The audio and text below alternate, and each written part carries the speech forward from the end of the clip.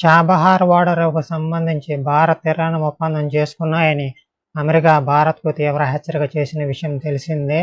వ్యూహాత్మకంగా ముఖ్యమైన చాబహార్ ఓడరేవును నిర్వహించేందుకు భారత్, ఇరాన్ 10 సంవత్సరాల ఒప్పందంపై సంతకాలు చేశాయి. భారత్, ఇరాన్తో ఒప్పందం చేసుకోవడం చూసి అమెరికా ఉలిక్కిపడింది.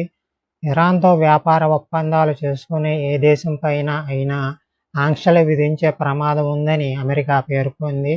చాబహార్ పోర్టు మరియు ఇరాన్తో ద్వైపాక్షిక సంబంధాల విషయంలో భారత్ తన విదేశాంగ విధానం గురించి చెప్పాలని US state department deputy spokesperson Vedant Patel పేర్కొన్నారు. అమెరికా వైపు నుంచి ఏ దేశానికైనా ఉన్న ముప్పు అమెరికా కంట్రోల్లో లేని ఆయా దేశాలపై ఆంక్షలు విధించడం.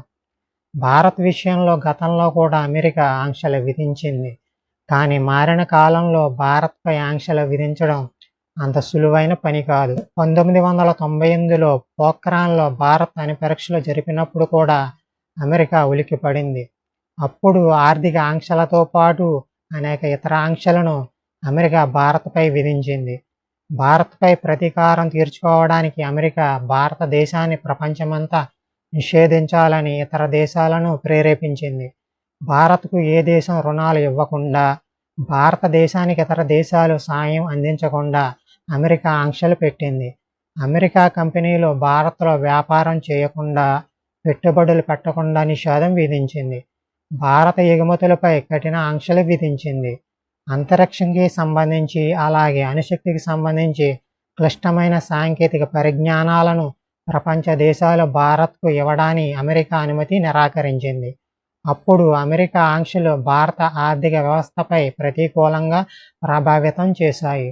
భారత రూపాయి విలువ పడిపోయే దేశంలో ద్రవ్యోల్బణం పెరిగింది. కొన్ని భారతీయ కంపెనీలకి భారీ నష్టాలు వచ్చాయి. కానీ భారతదేశ అప్పటి ప్రధాని అటల్ బిహారీ వాజ్పేయి ఆయన నిర్ణయంపై గట్టిగా నిలబడ్డారు. వాజ్పేయి అమెరికా మాట వినలేదు.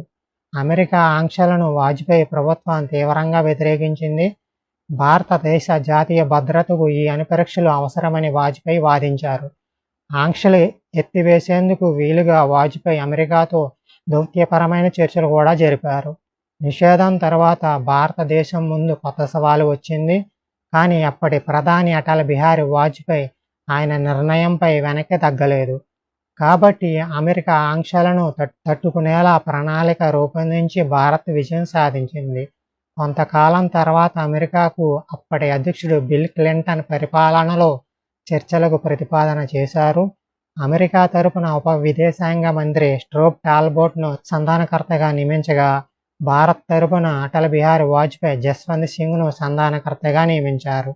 స్ట్రోబ్ టాల్బోట్ అలాగే జస్వంత్ సింగ్ల మధ్య చాలా రహస్యంగా చర్చలు జరిగాయి. భారత్ తన క్షిపణి కార్యక్రమాన్ని నిలిపివేస్తేనే అమెరికా ఆంక్షలను ఎత్తివేస్తోందని టాల్బోట్ షరతు విధించారు. కానీ ఆ చర్చల్లో అణు పరీక్షలు, క్షిపణి కార్యక్రమాలను వెనక్కి తీసుకోవాలని అమెరికా ప్రతిపాదనను భారత్ అంగీకరించలేదు. చైనా అణుశక్తిని ఎదుర్కోవడానికి భారత్ సమర్థవంతంగా మారడం అమెరికాకు మేలు చేస్తుందని జస్వంత్ సింగ్ టాల్బోట్కి వివరించారు. చర్చలు జరిగిన కొంతకాలానికి జార్జ్ బుష్ అమెరికా అధ్యక్షుడైన తర్వాత అమెరికా భారత్తో చర్చలను మరింత ముందుకు తీసుకువెళ్ళింది. అమెరికా భారత్పై విధించిన ఆంక్షలను క్రమంగా తొలగించడం ప్రారంభించింది. తర్వాత అమెరికా భారత్ మధ్య సంబంధాలు గణనీయంగా మెరుగుపడ్డాయి.